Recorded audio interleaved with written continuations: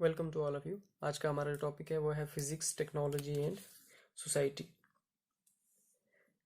शुरू करते हैं इसे। The connection between physics, technology and society can be seen in many examples.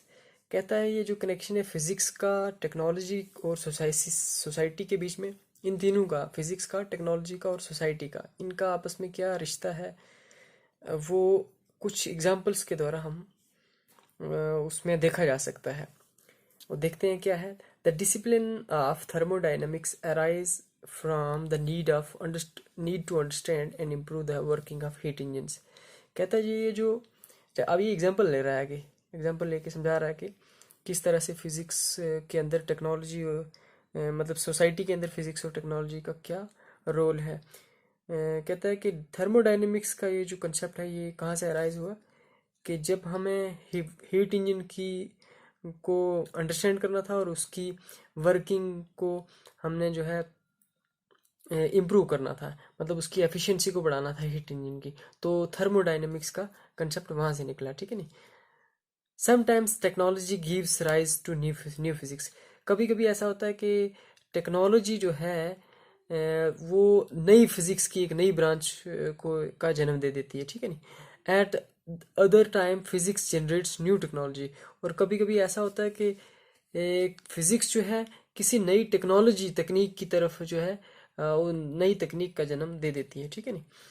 N example of the latter is wireless communication. ये जो बाद वाला है ना, मतलब ये जो बताया कि फिजिक्स जो है जनरेट्स न्यू टेक्नोलॉजी, इसकी एग्जांपल बता रहा है कि wireless communication technology that followed the basic laws of electricity and magnetism in 19th century. देखो, हम 19th सेंचुरी के अंदर मैग्नेटिज्म और इलेक्ट्रिसिटी और मैग्नेटिज्म पढ़ चुके थे, वहां तक हमें पता था। अब इस इलेक्ट्रिसिटी और मैग्नेटिज्म को पढ़ने के बाद या इस पर काम होने के बाद इसने एक नई चीज को जन्म दे दिया। कौन सी? Wireless communication technology. आगे कहता है yet another example of physics giving rise to technology is the silicon chip. कहता है एक और एग्जांपल जो है फिजिक्स की टेक्नोलॉजी को बढ़ावा देने वाली, वो ये है कि ये जो सिलिकॉन चिप जो है इसका डिस्कवर होना या इसका बनाना।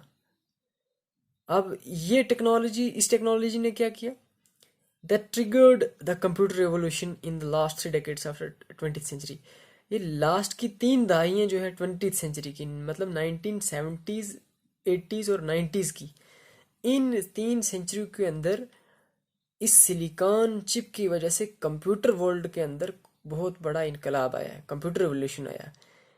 और उसी की वजह यह है कि आज हम जो है इतने दूर बैठे वीडियो कॉलिंग कर सकते हैं, वीडियो कॉन्फ्रेंसिंग कर सकते हैं, यानी।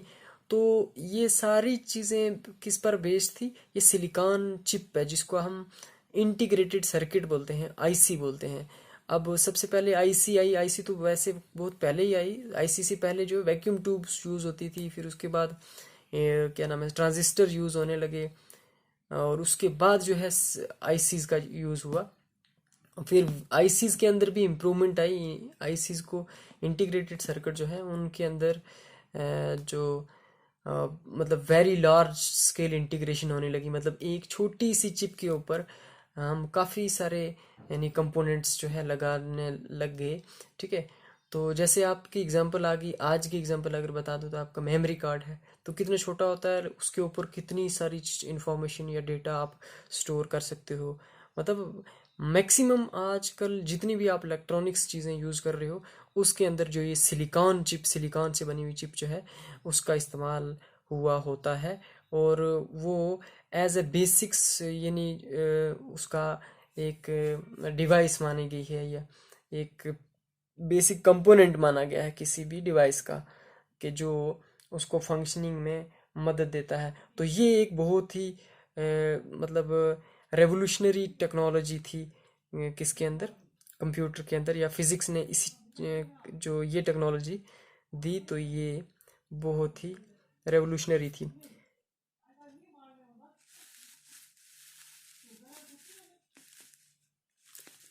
A most significant area to which physics has and will contribute is the development of alternative resources.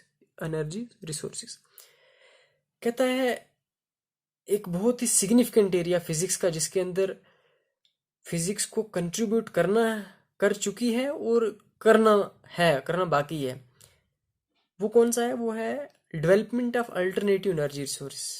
अब आप सबको पता एनर्जी रिसोर्सेज की कमी आ रही है, जैसे फॉसिल फ्यूल की होगी तो कोल और पेट्रोलियम ये जो है ये तो ख़त्म हो रहे हैं ना। तो अब इसके लिए हमें अल्टरनेटिव रिसोर्सेज ढूंढने हैं और जो कि लगातार इस पे काम हो रहा है। जैसे वही आगे बता रहा था, fossil fuel of the planet are dwindling fast and there is an urgent need to discover new and affordable sources of energy. कहता है ये जो फॉसिल फ्यूल है इस प्लेनेट के ऊपर ये मतलब लगातार ख़त्म हो रहे हैं, है नहीं, जल्दी जल्दी ख़त्म हो रहे हैं। And there is an urgent need to discover new and affordable sources of energy. और यहाँ पे बहुत ही महत्वपूर्ण यानी अर्जेंट नीड है किसकी, कि डिस्कवर किया जाए किसी नए अफोर्डेबल सोर्सेज को जो कि मतलब जिनका गलत असर भी ना हो इन्वायरमेंट के ऊपर और जो कि इको फ्रेंडली हों, ठीक है नहीं। तो वैसे इस सोर्स ऑफ एनर्जी का यानी डिस्कवर करना या उन पे काम करना जो है वो ज़रूरी है, ठीक है। Considerable progress has already been made in this direction. काबिल गौर जो प्रोग्रेस है इस काम के लिए वो पहले से ही की जा चुकी है या हो रही है। जैसे for example in conversion of solar energy geothermal energy into electricity. जैसे सोलर एनर्जी या जियोथर्मल एनर्जी का या इन दोनों एनर्जीज को यानी हम इलेक्ट्रिसिटी के अंदर जो कन्वर्ट करते हैं ये काम तो पहले से ही हो रहा है। But much more is still to be accomplished. लेकिन इससे बहुत ज़्यादा हमें अभी पूरा करना है। बहुत ज़्यादा जो मतलब ये जो जितनी भी हमने एनर्जीज बताई ना, जियो थर्मल एनर्जी का कन्वर्ट करना या सोलर एनर्जी का कन्वर्ट करके इलेक्ट्रिसिटी बनाना या ओशन थर्मल एनर्जी जो हो गया उसको कन्वर्ट करते हैं हम, तो इन सब का को होने के बावजूद भी हमारी ज़रूरियात जो है वो पूरी नहीं हो रही। तो लिहाजा इसके आगे भी हमें और भी ज़्यादा काफ़ी कुछ इसमें करना है। अब है जब जो ये टॉपिक है ना फिज़िक्स टेक्नोलॉजी और सोसाइटी, इस टॉपिक के अंदर वैसे उतना खास आपको कुछ नहीं, सिर्फ आपको रिलेशंस बताने हैं कि फिज़िक्स का सोसाइटी और टेक्नोलॉजी मतलब के साथ सोसाइटी के अंदर टेक्नोलॉजी और फिज़िक्स कैसे जुड़ी हुई है। तो और इसी को ही हम आगे बढ़ाएंगे। उतना ज़्यादा मैं नहीं लिखूँगा आपको, सिर्फ थोड़ा सा आप इसके बारे में देख लें। अब हम देखेंगे कि किस फिजिस्ट हैं कुछ कंट्रीज़ के, पूरे वर्ल्ड के अलग अलग कंट्रीज़ के, उनका क्या क्या कंट्रीब्यूशन है। तो हमारा टॉपिक जो है ये वाला ये फिनिश हो जाएगा। Some physicists from different countries of the world and their contributions. जैसे आर्किमेड्स है तो आर्किमेड्स का आपने नाम सुना होगा, बायएंट फोर्स बायएंसी वगैरह नाम सुना होगा, तो ये इसी ने दिया था। प्रिंसिपल ऑफ बायएंसी हो गया, प्रिंसिपल ऑफ लीवर हो गया, ये दोनों चीज़ें इसने दी थी, ये इसके मेन कंट्रीब्यूशंस हैं। और इसका कंट्री जो था वो ग्रीस था, ठीक है। उसके बाद एक गैलीलियो गैलीली, इसने जो दिया था वो लॉ ऑफ इनर्शिया दिया था। ये लॉ ऑफ इनर्शिया भी आप पढ़ चुके हैं, लॉ ऑफ इनर्शिया आपने 9th क्लास के अंदर पढ़ा होगा। और इसका जो कंट्री है वो इटली है। इसके बाद आगे जो है वो है आपका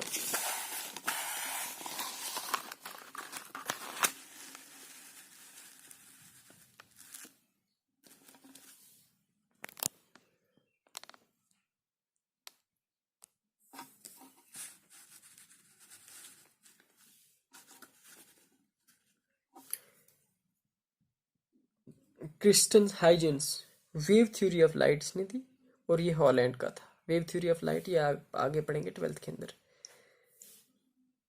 फिर है Isaac Newton. Sir Isaac Newton का नाम तो आप सुना होगा पहले से। Law of gravitation, law of universal law of gravitation हो गया, लॉज ऑफ मोशन हो गया, रिफ्लेक्टिंग टेलीस्कोप। ये रिफ्लेक्टिंग टेलीस्कोप आप जो है इसके बारे में भी आगे आप 12th में ही पढ़ोगे, और ये भी यूके का था, यूनाइटेड किंगडम का था। फिर माइकल फेराडे, इसने लॉज ऑफ मैग्नेटिक इंडक्शन दिए, और ये भी यूनाइटेड किंगडम का था। फिर है जेम्स क्लर्क, ये इसने लाइट एंड इलेक्ट्रोमैग्नेटिक वेव और इलेक्ट्रोमैग्नेटिक थ्योरी जो है वो जेम्स क्लर्क मैक्सवेल ने दी। जो मैक्सवेल का आपने नाम सुना ना, जिसने 4 इक्वेशंस दी थी, तो ये इसका जो है मेन काम है कि इलेक्ट्रोमैग्नेटिक वेव की तरह लाइट जो है वो चलती है एक, और दूसरा इलेक्ट्रोमैग्नेटिक थ्योरी जो है ये इसी ने ही जिसका मेन कंट्रीब्यूशन इसके अंदर है, ठीक है। और ये भी यूनाइटेड किंगडम का ही था, ठीक है। उसके बाद है इंडियन में जो फिजिस्ट है उसमें है आपका जेसी बोस, इसने अल्ट्रा शॉर्ट रेडियो वेव्स पे काम किया, और ये इंडिया का था, ठीक है। फिर अल्बर्ट आइंस्टाइन, आइंस्टाइन को कौन नहीं जानता है, नहीं सारे जानते हैं। इसने क्या काम किया था, फोटो इलेक्ट्रिक इफेक्ट की एक्सप्लेनेशन दी थी, ठीक है। और theory of relativity is equal to m c square है, नहीं वो इक्वेशन जो है वो इसी ने ही दी थी, अल्बर्ट आइंस्टाइन ने, और ये जर्मनी का था, ठीक है। फिर एक और इंडियन मैथमेटिशियन फिजिस्ट है, नाम है उसका सीवी रमन, और इसने in elastic scattering of light by molecules, और ये भी इंडिया का था। फिर जे थॉमसन है आपका, और इसने जो दिया था वो था, जो काम किया इसने वो इलेक्ट्रॉन पे काम किया, और ये था इलेक्ट्रॉन को डिस्कवर भी इसी ने किया था, और ये यूनाइटेड किंगडम का था। फिर जेम्स चार्डविक था, चार्डविक ने ही जो है न्यूट्रॉन का की डिस्कवरी की है, और इस पर काम भी किया, और ये भी यूनाइटेड किंगडम का था। फिर जॉन बार्डिन था, ट्रांजिस्टर, ठीक है। ट्रांजिस्टर्स जो हैं जो पहले इस्तेमाल होते थे as a basic component of मतलब कंप्यूटर, लेकिन उसके बाद जो है ट्रांजिस्टर अभी भी इस्तेमाल होते हैं, पर जो मतलब वो आईसीज के इंटीग्रेटेड सर्किट के ऊपर काफ़ी उसका साइज रिड्यूस करके जो है ट्रांजिस्टर इस्तेमाल होते हैं, एक अलग अलग जगह पे कम्युनिकेशन में ये यूज़ होते हैं। और उसके बाद थ्योरी ऑफ सुपर कंडक्टिविटी का कंसेप्ट थोड़ा ऊंचा है, first year second year third year में जाके आप पढ़ोगे ये। तो ये यूनाइटेड स्टेट ऑफ अमेरिका था, ये उसके कंट्रीब्यूशन थे, ये यूएसए का था, यूनाइटेड स्टेट ऑफ अमेरिका का। फिर है सी एच टॉन्स, उसने मेजर और लेजर आपने नाम सुना होगा, मेजर यूएसए होता है, ये भी यूनाइटेड स्टेट ऑफ अमेरिका का ही था। अब एक और है, नाम है उसका अब्दुल सलाम, और उन्होंने क्या किया था, unification of weak and electromagnetic interactions. Electromagnetic की जो इंटरेक्शंस हैं वीक वाली, यानी उनकी यूनिफिकेशन की थी, कोई एक उसने उस मतलब सबको जोड़ कोई एक कंसेप्ट दिया होगा उसको, क्या नाम है इसका, उसकी यूनिफिकेशन करके एक कंसेप्ट दिया होगा, तो ये उसका काम था। तो ये थे पाकिस्तान से। आगे वाला जो टॉपिक है इस सब यूनिट का लास्ट का टॉपिक है वो है फंडामेंटल फोर्सेस। अब फंडामेंटल फोर्सेस क्या होती हैं in physics, fundamental interactions also known as fundamental forces. Physics के अंदर जो फंडामेंटल इंटरेक्शंस होती हैं उन्हीं को ही फंडामेंटल फोर्सेस बोला जाता है, ठीक है। और the interactions that do not appear to be reducible to more basic interaction, ये वो वाली इंटरेक्शन होती हैं जिनको हम और ज्यादा रिड्यूस करके बेस मतलब और उसका बेस ना ढूंढ सके। नहीं, फंडामेंटल जैसे आप नाम सुन लिया तो वो खुद से ही क्या होगी, बेसिक होगी, मतलब उसको आप अंदर जाके ये ना बता सको कि हाँ जी कैसी इंटरेक्शन है, बस वो फंडामेंटल है जी, यानी बेसिक है। There are 4 fundamental interactions known to exist. यहाँ पे टोटल जो है जितनी भी डिस्कवर हो चुकी हैं फंडामेंटल फोर्सेस वो टोटल 4 हैं, और पहली 2 हैं the gravitational and electromagnetic interactions, gravitational और electromagnetic interactions which produce significant long range forces whose effect can be seen directly in everyday life। जो मतलब सिग्निफिकेंट लॉन्ग रेंज फोर्सेस होती हैं और जिनका इफेक्ट जो है हम डेली लाइफ के अंदर देखते हैं, ठीक है। ग्रेविटेशनल फोर्सेस है तो सामने से बात है कि हम अगर पत्थर फेंकेंगे तो नीचे गिरेगा, या क्या नाम है इसका, हमारा जियो स्टेशनरी सैटेलाइट हो गया, वो अगर ज़मीन के मतलब साथ साथ घूम रहा है तो ये तो मतलब मैक्रो बॉडीज़ हैं, तो हम इनको देख सकते हैं अपनी आँख से।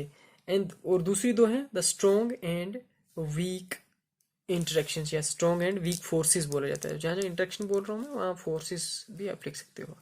विच produce forces at minute scale, जो बिल्कुल छोटे स्केल के ऊपर फोर्सेस प्रोड्यूस करते हैं। अब छोटे फोर्स स्केल कौन सा हो गया, वो आप क्वांटम की तरफ चले जाएं, मतलब आपके सब एटॉमिक डिस्टेंसेस हो गए, या एटम के अंदर जितनी भी फोर्सेस हैं वो सारी की सारी हम इसके अंदर ही जो है वो स्टडी करते हैं। एंड गवर्न न्यूक्लियर इंटरेक्शंस, वही न्यूक्लियर इंटरेक्शन, न्यूक्लियर के अंदर, न्यूक्लियस के अंदर की जो फोर्सेस हैं है नहीं, उन सबको जो है यही गवर्न करते हैं। यही फंडामेंटल, तो टोटल 4 फंडामेंटल फोर्सेस हैं, ग्रेविटेशनल, इलेक्ट्रोमैग्नेटिक, और दूसरी दो हैं स्ट्रॉन्ग एंड वीक। अब जो स्ट्रॉन्ग एंड वीक हैं ये जो है ये दोनों की दोनों हमारे एटम के अंदर या जो छोटे स्केल वाली फोर्सेस हैं उन पर ही उनसे मतलब उनके साथ ही जुड़ी हुई होती हैं। तो आज हम एक ही इसके आगे पढ़ेंगे, ग्रेविटेशनल फोर्स क्या होते हैं, बाकी जो 3 हैं वो हम नेक्स्ट लेक्चर के अंदर देखेंगे। ठीक है, तो हम देखते हैं ग्रेविटेशनल फोर्स क्या होती है। जानते हैं आप इससे पहले भी ग्रेविटेशनल फोर्स क्या होती है। The gravitational force is the force of mutual attraction between any two objects of by virtue of their masses, वो वाली फोर्स जो मतलब किसी दो ऑब्जेक्ट्स के बीच में हो और उनके मासेस की वजह से, तो उसको ही ग्रेविटेशनल फोर्स बोलते हैं। ये यूनिवर्सल फोर्स होती है, it is universal force, every object experience this force due to each other object in the universe. ये यूनिवर्सल फोर्स होती है, मतलब यूनिवर्स के अंदर किसी भी मतलब बॉडी के साथ ये हर बॉडी दूसरी बॉडी को जो है अट्रैक्ट कर रही होती है। ठीक है, तो ये आपने यूनिवर्स जो law of gravitation, universal law of gravitation पढ़ा होगा, उसके अंदर भी इसके स्टेटमेंट पे भी पढ़ा होगा कि हर बॉडी दूसरी बॉडी को किसी फोर्स से खींचती है या उसको रिपेल करती है, किस तरह से, वो सब आपने वहाँ देखा होगा। Every object experience this force, वही बताए। For example all objects on the earth experience force of gravity due to the earth. जैसे एग्जाम्पल ले ली कि जो सारी चीज़ें जो ज़मीन के ऊपर हैं वो एक्सपीरियंस करती हैं क्या, force of gravity due to earth, earth की वजह से। जैसे हम कोई भी चीज़ ऊपर की ओर फेंकेंगे तो उसका नीचे आना लाजमी है। तो ये मतलब उसकी एक एग्जांपल दे रहा है किसकी, ग्रेविटेशनल फोर्स की, कि यहाँ पे दो बॉडीज़ हैं, एक बॉडी अर्थ है, तो दूसरी कोई भी ऑब्जेक्ट जो है आप फेंक रहे हो या उस के ऊपर हम चल रहे हैं या कोई चीज़ ड्रॉप कर रहे हैं, तो इन सब पर क्या हो रहा है, ग्रेविटी, फोर्स ऑफ ग्रेविटी जो है वो लग रही है। तो यहाँ पे बॉडीज तो दो आ गई ना, एक अर्थ आ गई और एक जो भी ऑब्जेक्ट या चीज़ हमारे पास है जिसके ऊपर हम एक्सपेरिमेंट कर रहे हैं। अच्छा, the gravity governs the motion of artificial satellites around the earth.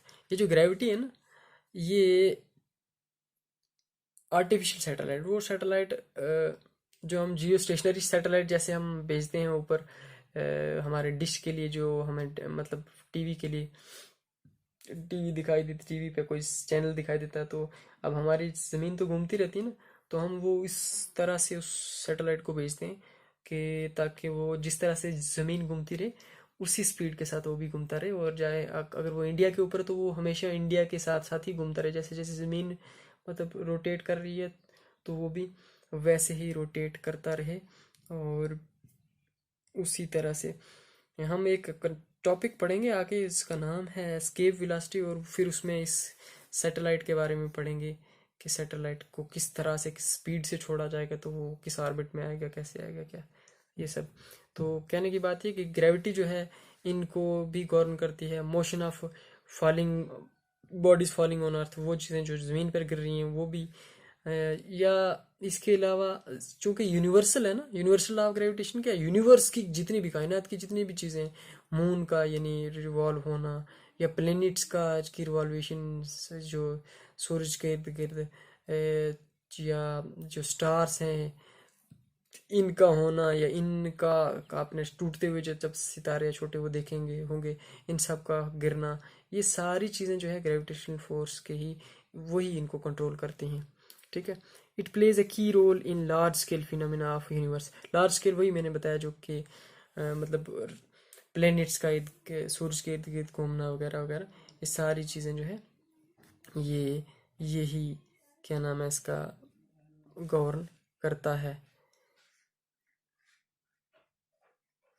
Such as formation and evolution of stars, जैसे कि स्टार्स का बनना, सितारों का बनना, और गैलेक्सीज का बनना, और फिर गैलेक्टिक क्लस्टर्स का बनना।